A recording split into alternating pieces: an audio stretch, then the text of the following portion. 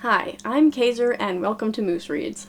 Before I get started, I want to say that the opinions that I give here are my own opinions. They are extremely subjective. If I dislike a book, it is not a reflection on the author and it is not a reflection on people who do like it. Different people have different tastes, and that's okay. Today I will be reviewing Vampire Hunter D: Razor of Gales by Hideyuki Kikuchi. This is a Japanese paranormal fantasy sci-fi book. The description says, vampires, murderous creatures in the shape of humans. They stalk the night, feeding on the blood of innocents. Seemingly immortal, they can be destroyed only by the use of a stake through the heart, severing of their heads, or exposure to sunlight. By the year 12,090 AD, vampires have ruled the earth for almost 300 years, and it is only these weaknesses that have kept these foul monsters from totally overrunning the world. But what happens when those rules no longer apply? The village of Sepesh sits in the eternal shadow of an abandoned castle, a one-time stronghold of the nobility, the vampire lords who rule the devastated wasteland of the future. 10 years ago, 4 children disappeared while playing near the castle, only to mysteriously reappear a month later. Now, vampires have begun to hunt in the daylight. Are the two events connected? The villagers turn to the vampire hunter known only as D, but as he follows the children, now adults, the answers he finds may be more terrifying than anything he could ever imagine. Content warnings for rape on this one. Also pedophilia, or whatever the word is for perving on teenagers. So, in addition to reading a lot of books, I'm also an anime nerd. Back in high school, I watched and enjoyed the 2 anime movies, Vampire Hunter D and Vampire Hunter D Bloodlust. So when they started releasing the novels they were based on, I wanted to read them. I collected about half the series before I gave up, because I hadn't at that point read a single one of them. I did eventually read about 4 of them. I would have read more, but this was the depression years where I didn't read consistently, and there was an element of them that was annoying me at the time that made me set them aside and never get back to them. When I started reading again, I decided I wanted to make an attempt to read all the books I own that I have yet to read, and Vampire Hunter D was among them. But since it had been at least a decade since I'd read any of them, or even watched the movies, I decided to start at the beginning.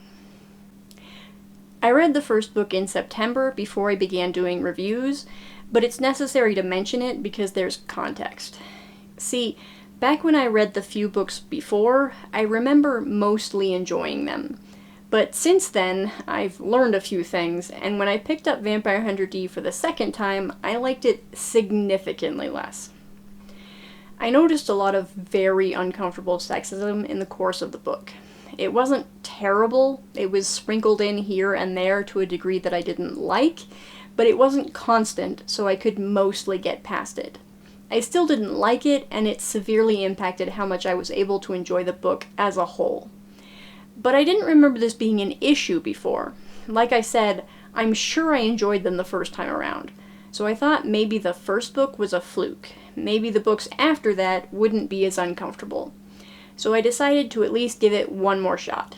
If the random number generator pulled Vampire Hunter D, I would read the second book.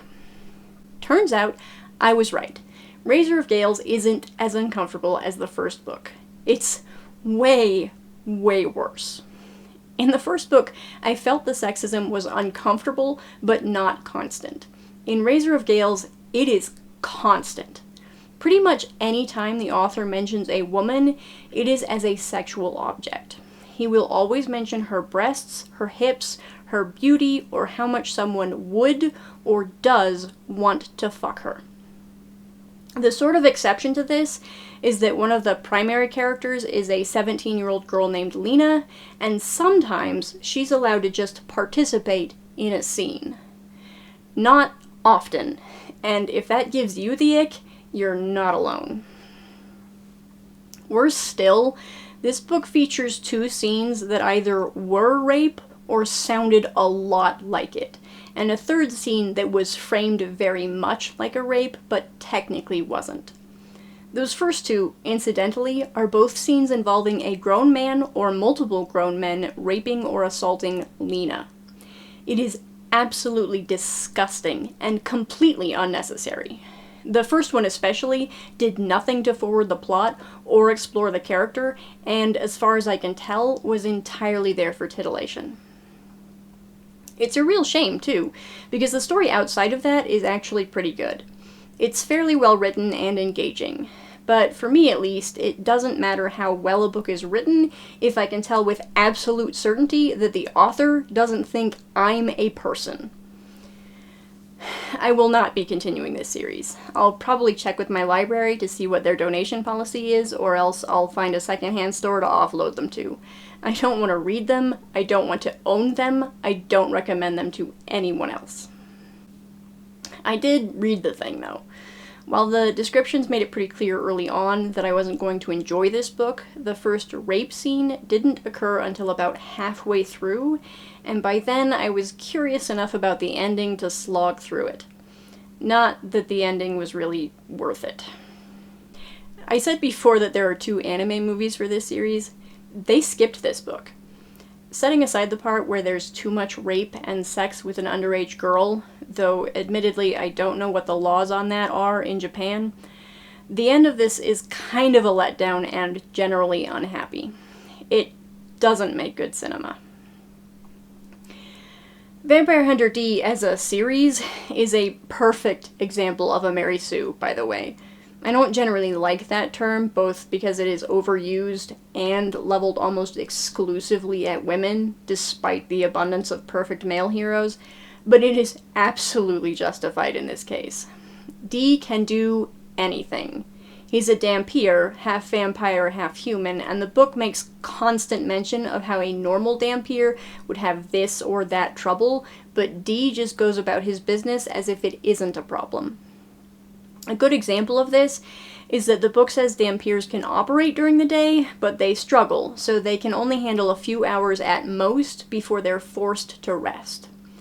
D traipses about in the daytime for most of this book, over the course of multiple days, and from start to finish, he sleeps an approximate total of 3 hours one night. There is pretty much no problem he can't solve, no mystery he can't uncover, nothing he doesn't know, and no one who can beat him.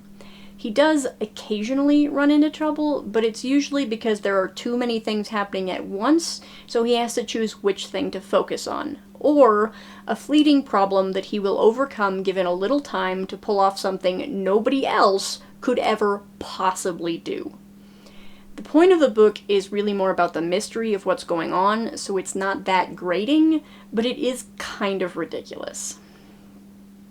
This is a male power fantasy, so it's not that surprising, but that also plays into the thing I remember being annoyed by the first time. See, D isn't just the specialist boy, he's also very aloof. He doesn't answer questions, he doesn't show emotion, doesn't have relationships with other people. But that kind of character is boring as hell and makes it difficult to move the plot. So we'll get moments where he does these things, but the author takes pains to say how incredibly rare it is. Every book, it will say so-and-so, Lena in this book, didn't realize how rare it was for him to respond. After a while it gets irritating, because no, it isn't all that rare at all. Those are the non-spoiler thoughts. I guess some of that might be a bit spoilery, but I don't think it's too bad, and most of the stuff that really straddles the line is stuff I think readers should know before they go in. Anyway, if you don't like spoilers, and you're still here, this is the time to pause or close the video. Everyone else, let's talk about the ending. As the description says, there's kind of a dual mystery happening. These 4 kids disappeared for 2 weeks 10 years ago, and then 3 of them returned with no memory of what happened, seemingly fine. And, seemingly unrelated, vampires have started moving during the day.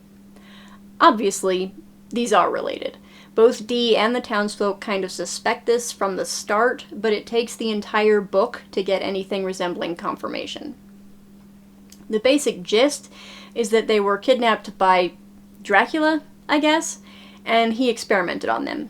He did experiments a long time ago too, but they all ended in failure. See, he wants to figure out why vampires can't go out during the day and create vampires that can. He kind of succeeds in that he more or less turned the 4 kids into vampires that could go out in the day, but they will self-destruct after 10 years. The one that didn't return sort of had his face melt a bit, so he's been hiding in the ruins of the lab. But first, the other 3 don't remember they're vampires and therefore behave as normal humans. Why? No idea. The 10-year gap seems to be nonsense, but it's what we're working with. At any rate, Lena remembers the truth at the final hour, and this evokes a complete personality change. One that comes with more gross sex stuff. Because now that she's a day-walking vampire, she doesn't know about the self-destruct yet. She's going to let the 3 boys fuck her so she can give birth to the future of the vampire race. She quite literally says she's going to let them use her as they please. It's so gross. Also, because after Dee finds one of them fucking her, we almost immediately get the self-destruct reveal, it's entirely pointless. At least this time it isn't rape. They all die, Dee rides off into the sunset feeling sad, and a very inconsequential background plot gets resolved. This is that there was a boy in the village that was in love with Lena and left flowers for her. We don't see this until that first rape scene halfway through, and it's handled so ham-fistedly that I didn't understand what it was supposed to be at first. But he's been in love with her in secret all this time, and now that she's dead, we get to find out who he is and watch him go off to the capital to fulfill Lena's dream of studying vampire history. I think this is supposed to be the silver lining to the tragedy that is Lena's death, but I honestly defy anybody to care about either the plot in general or the specific boy that we've had mentioned briefly twice before this. Like I said, it wasn't an ending worth reading on for, but I did. Again, please don't read this. Don't read any of these. They aren't good, and they are so incredibly disgusting. If you like this video, I hope you'll watch more in the future. Thanks for watching this one. Bye.